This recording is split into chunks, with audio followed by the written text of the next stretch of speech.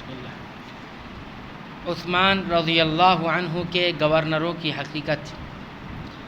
مورخین اکثر یہ بات ذکر کرتے ہیں کہ عثمان رضی اللہ عنہ اپنے قرابت داروں کے ساتھ بیجا محبت کرتے تھے اور امور سلطنت میں ان لوگوں کا عمل دخل بڑھ گیا تھا جو بعد میں لوگوں کی ناراضگی کا سبب بنا۔ چونکہ آپ نے اپنے اقربا کو امور سلطنت میں کھلی آزادی دے رکھی تھی، جس کی وجہ سے لوگوں کی ناراضگی آپ کے خلاف بھڑک اٹھی۔ آپ کے وہ اقربا جن کو آپ نے گورنری کے منصب پر فائز کیا وہ یہ تھے: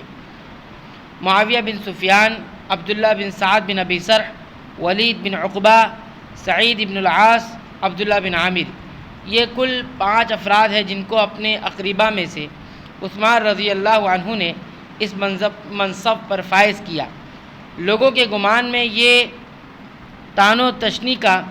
آپ پر طعن و تشنیع کا سبب ہے، لہٰذا ہمارے لیے یہ ضروری ہے کہ عثمان رضی اللہ عنہ کے گورنروں کا جائزہ لیں کہ وہ کون لوگ ہیں جنہیں عثمان رضی اللہ عنہ نے اس منصب پر مقرر فرمایا۔ چنانچہ وہ یہ ہیں: ابو موسیٰ اشعری، قعقاع بن عمرو، جابر مزنی، حبیب بن مسلمہ، عبد الرحمن بن خالد بن ولید، ابو الاعور السلمی، حکیم بن سلامہ، اشعث بن قیس، شریر بن عبداللہ البجلی، عیینہ بن نحاس، مالک بن حبیب، نصیر عجلی، صائب بن اقرع، سعید بن قیس،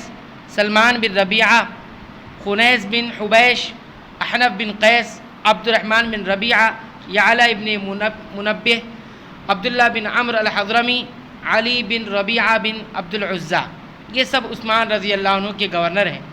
اس طرح اگر شمار کیا جائے تو عثمان رضی اللہ عنہ کے گورنروں کی کل تعداد 26 تک پہنچتی ہے۔ سوال یہ ہے کہ کیا اس تعداد میں بنو امیہ میں 5 افراد گورنری کے منصب کے مستحق نہیں بن سکتے، جبکہ رسول اللہ صلی اللہ علیہ وسلم بنو امیہ کو دوسروں کی بنسبت زیادہ مناصب عطا فرماتے تھے؟ اور پھر یہ 5 گورنر ایک وقت میں نہیں تھے، بلکہ عثمان رضی اللہ عنہ نے ولید بن عقبہ کو گورنر بنایا، پھر انہیں معزول فرما کر ان کی جگہ سعید بن العاص کو گورنر مقرر فرمایا۔ عثمان رضی اللہ عنہ کی وفات کے وقت بنو امیہ میں سے صرف 3 افراد گورنر تھے: معاویہ بن ابی سفیان، عبداللہ بن سعد بن ابی سرح اور عبداللہ بن عامر رضی اللہ عنہم۔ عثمان رضی اللہ عنہ نے ولید بن عقبہ اور سعید ابن العاص کو ان کے عہدے سے معزول کیا، لیکن یہ معزولی کوفہ سے ہوئی تھی، جہاں سے عمر بن الخطاب رضی اللہ عنہ نے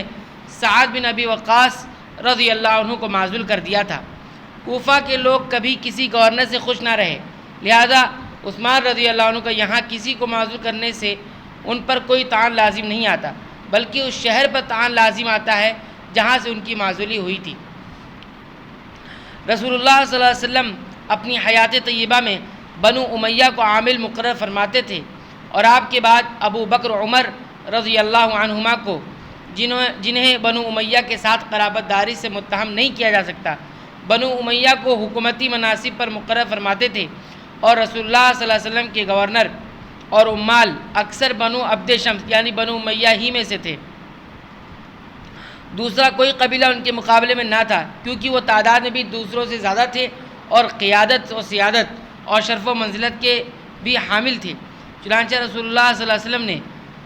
عتاب بن اسید بن العاص اموی کو مکہ پر، ابو سفیان بن حرب اموی کو نجران پر، خالد بن سعید اموی کو بنی مذحج کی زکوٰۃ پر، اور ابان بن سعید اموی کو بعض مارکوں پر، اور پھر بحرین پر گورنر مقرر فرمایا۔ لہٰذا عثمان رضی اللہ عنہ نے انہیں اور انہی کے قبیلے سے گورنر مقرر کیا جن کو رسول اللہ صلی اللہ علیہ وسلم مقرر فرمایا تھا، اور اسی طرح آپ کے بعد ابو بکر رضی اللہ عنہ نے یزید بن ابی سفیان رضی اللہ عنہ کو شام پر مقرر کیا، اور عمر رضی اللہ عنہ نے ان کو ان کے عہدے پر باقی رکھا، اور ان کے بعد ان کے بھائی معاویہ بن ابی سفیان رضی اللہ عنہما کو ان کی جگہ مقرر فرمایا۔ یہاں خود بخود یہ سوال پیدا ہوتا ہے کہ کیا ان گورنروں نے جنہیں عثمان رضی اللہ عنہ نے متعین فرمایا تھا اپنی اہلیت ثابت کی یا نہیں؟ انشاءاللہ ہم ان کے سلسلے میں اہل علم کی شہادتیں ذکر کریں گے۔ عثمان رضی اللہ عنہ خلیفہ راشد ہیں جن کی اقتداء لازم ہے، اور آپ کے افعال و کارروائیاں اس امت کے دستوری دستاویز ہیں۔ جس طرح عمر رضی اللہ عنہ نے بعد والوں کے لیے قرابت داروں کو قرابت کرنے سے اعتراض کا دستور جاری کیا، اسی طرح عثمان رضی اللہ عنہ نے اہلیت کی صورت میں قرابت داروں کو قریب رکھنے کا دستور جاری کیا۔ جو بھی عثمان رضی اللہ عنہ کی سیرت کا مطالعہ کرے گا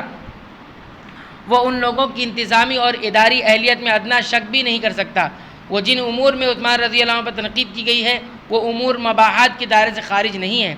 عثمان رضی اللہ عنہ نے جن گورنروں کو اپنے اقربا میں سے مقرر فرمایا انہوں نے اپنے صوبوں کے انتظام میں اپنی اہلیت ثابت کی۔